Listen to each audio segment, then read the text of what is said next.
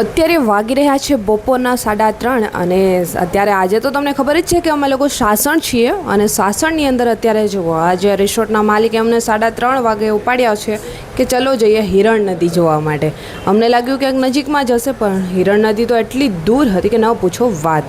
અને ફાઇનલી અત્યારે 3:30 વાગે ધોમ તડકો તપી રહ્યો છે અને અમે અહીંથી નીકળી ગયા છીએ અને પહોંચ્યા છીએ તો અત્યારે આવી ગયા છીએ તાલાળા અને આપણે ત્રિષા મેડમને લેવાતા સેન્ડલ અને હમણાં અમારા મમરા ભરાઈ જાય ચશ્મા લેવા છે અને મળીએ આગળ દેખાડીએ કેવા ચશ્મા લઈએ. સો ફાઇનલી અત્યારે અમે લોકો પહોંચ્યા છીએ તાલાળા અને અહીંયા મારા જે મેં જે ગોગલ્સ પહેરું છું એ તૂટ્યા હતા તો ફાઇનલી લેવા માટે પહોંચી ગયા છીએ.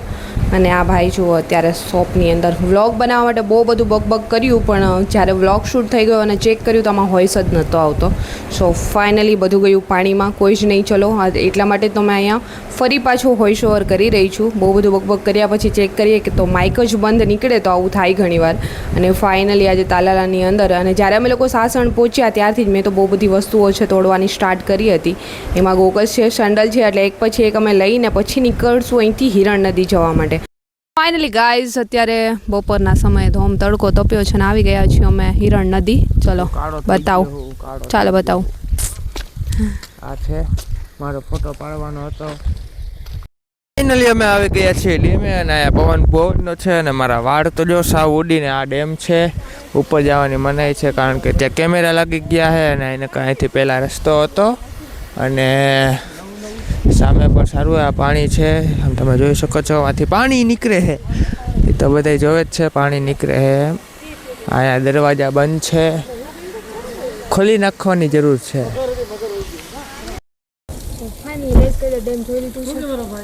ડેમ તો જોવાઈ ગયો હે.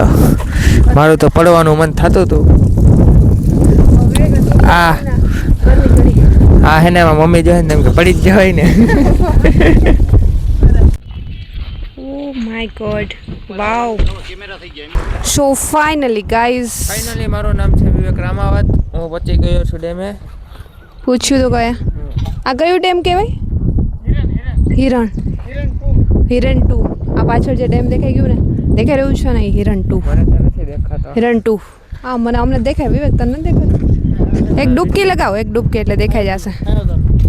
તો ફાઇનલી અમે પહોંચી ગયા છીએ હનુમાનજીના મંદિરે.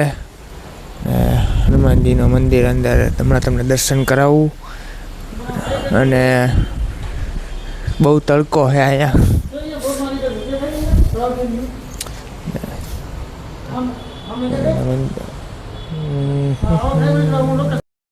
સો ફાઇનલી ગાઈઝ સેન્ડલ તોડ્યા છે, લેવા માટે આવી ગયા છીએ.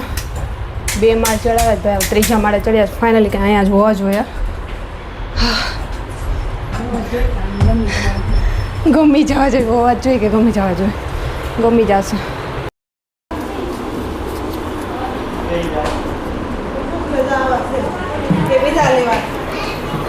આ ઓલા ટૂ એન જેમ તૂટે નહીં પાછું. ફરી અત્યારે અમે પહોંચ્યા હતા રિસોર્ટ અને રિસોર્ટ પહોંચી અને અહીંયા છે અમારું શૂટ ચાલુ થયું હતું. રિસોર્ટની જે પ્રમોશન કરવાનું હતું તો એ પ્રમોશન વિડીયો અત્યારે શૂટ કરવાનું સ્ટાર્ટ કર્યું.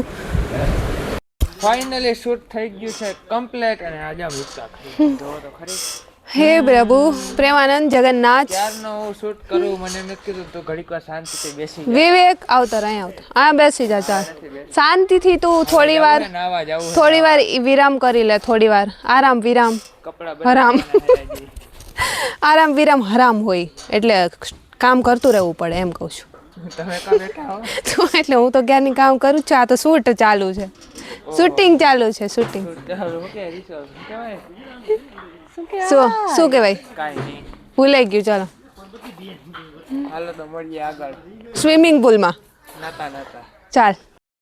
સો ફાઇનલી રેડી સ્વિમિંગ પુલમાં જવા માટે.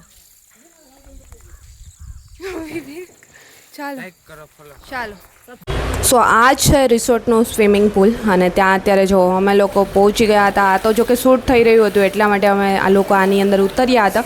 એ તો નાહવાની કોઈ આજે ઈચ્છા ન હતી અને આ તરફ જો શૂટ તો થઈ ગયું ત્યાર પછી અમે લોકો અંદર જ બોલ રમવાનું ચાલુ કરી દીધું છે અને અડધી કલાક એમની અંદર મસ્તી મજાક કરી અને નીકળ્યા બહાર. ને જુઓ અત્યારે થઈ ગયો છે સાંજનો સમય.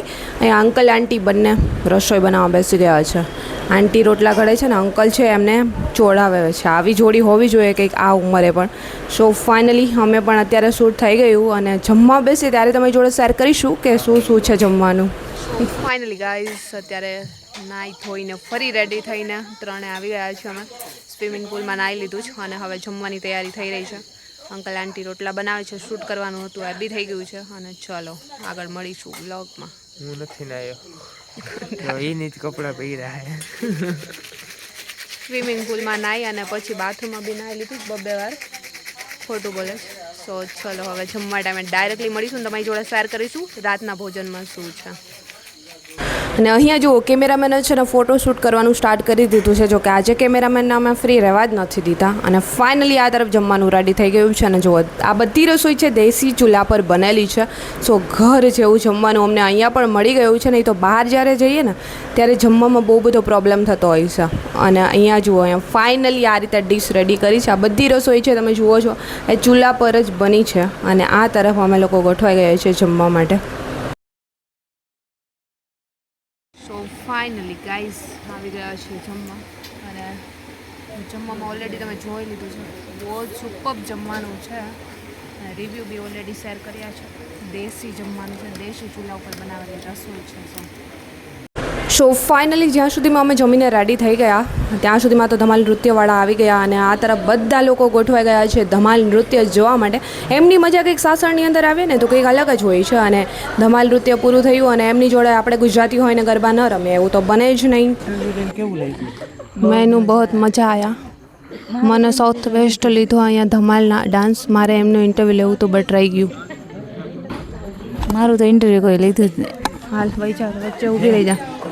જમે છે તો જવું છે ઇન્ટરવ્યૂ લેવા. કોણ? હા જાવું જ મારે. યસ એ લોકો ગયા નથી હજી. હા સાચે લેવું છે. શું લે સાચે પહેલાં લોકો. અરે કેટલું મસ્ત એનું બધું સ્ટેપ હતું. નહીં બોલે તો વચ્ચે બાગોલ બાવલું નાળિયેર ફોયલું ત્યારે એ વર્ડ શું હતો? તમે લોકો ક્યાંથી આવો છો? કયું નૃત્ય કર્યું હતું? અને હોટે એનો છે આટલી એ તાલાડાના એટલે એ ક્યાં ચાલ રહ્યા હે એટલે એનું છે ને બિચારાનું વિડીયો મૂકીને વિડીયો બહુ વાયરલ થાય. મને ખબર છે કોઈનું એનું ઇન્ટરવ્યૂ કોઈને લઈને મૂક્યું જ ક્યાં. સો ફાઇનલી ધમાલ નૃત્ય જોયા પછી એ લોકોના ઇન્ટરવ્યૂ બાઇટ લીધી અને આજનો બ્લોગ કેવો લાગ્યો છે કમેન્ટ સેક્શનમાં કમેન્ટ્સ કરી જરૂર જણાવજો. જલ્દી મળીશું ન્યૂ બ્લોગ સાથે. ત્યાં સુધી બધાને બાય એન્ડ ટેક કેર.